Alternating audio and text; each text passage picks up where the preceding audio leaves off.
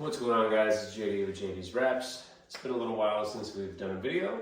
I did a pretty cool wrap, so I figured probably a good time to put one out and just kind of talk about some other things as well. So first, let's talk about the wrap. Model Y Performance, probably like a 2020 or so, a couple years old. Definitely had some mileage on it.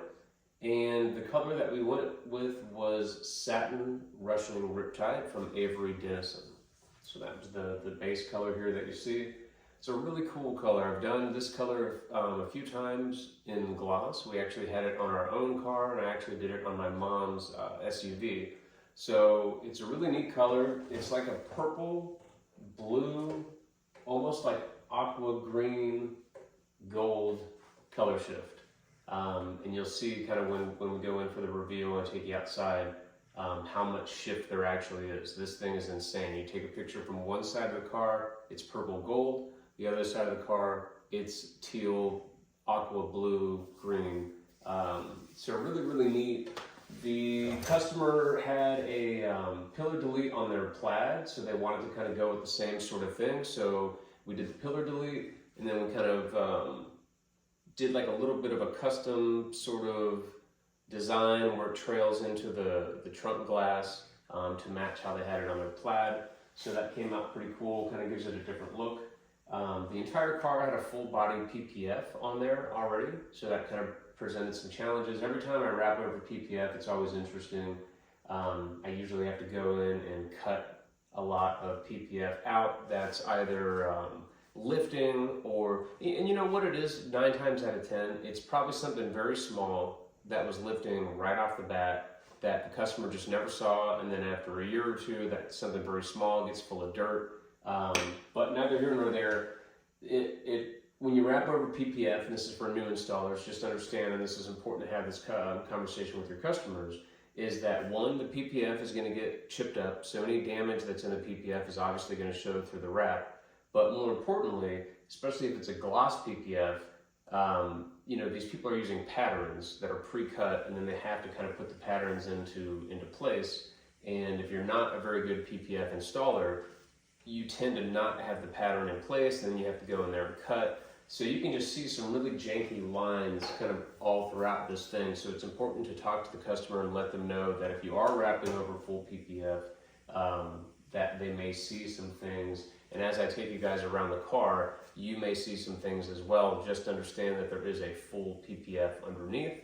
And furthermore, understand that, because I've got the spoiler taped up, I'm not sure if it's still going to be taped up in the video, but basically this was the worst OEM Model Y or Tesla spoiler I've ever seen, for that matter. It just legit does not fit. The fitment's not even close. And it was really bad when I got it, so of course we had a conversation with the customer that I would do my best, but ultimately I don't warranty spoiler installs. That's not, I'm a wrap professional, I'm not a spoiler install professional, so and there's a lot of things that are out of my control there. So I always am very upfront, but you will see that when we go around and do the video. Had some issues with this wrap. The first roll of Avery Dennison that I got was defective. It had these weird kind of like lines going through it that were very obvious, even out in the sunlight where things usually aren't obvious. So I was shut down for a bit. I've been having a lot of trouble with Avery Dennison. I feel like they literally have no quality control. It's either that or they have different grades of film, and some manufacturers, some distributors, I think, deliberately purchase the lower grade of film to increase their profit margins. I don't have proof on that, that's why I'm not saying names, but I have literally had more than a half dozen rolls of defective film from Avery, and I've probably only done like 10 jobs. So that's a 70% fail rate, and it's not good. And for someone like myself that's a solo installer, has kind of a one-day setup, you're shut down because you're not going to put the whole car back together, give it back to the customer while you're waiting for 2 days to get the film back. So everyone gets screwed, everyone gets pushed back.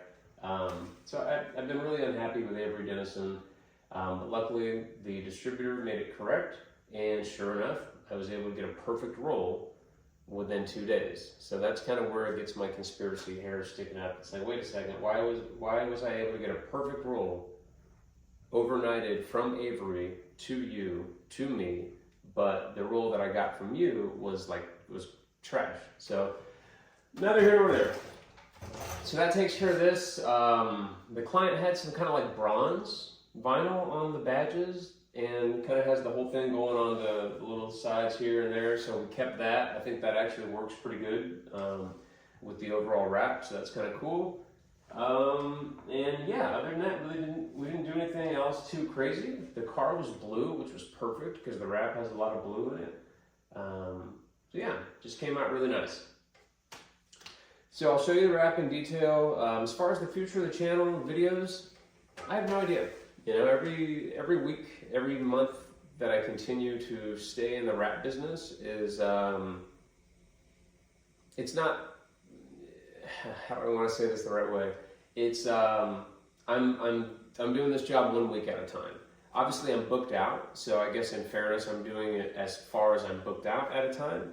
But it's one of those things where, you know, when you've done something for 3.5 years, and if you want to compare it to like a regular job, you know, I haven't really received a promotion or a pay raise.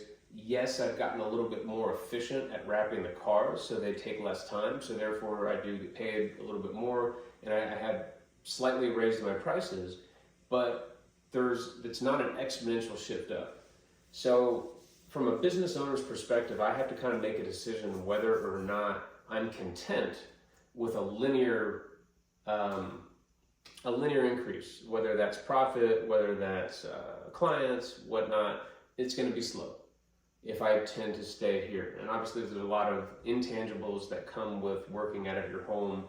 Obviously I'm not paying rent, so on slow months, my anxiety and my stress are not nearly as high as they would be if I had an additional major expense. But at the same time, you know, you're also kind of, what's the word I'm looking here for?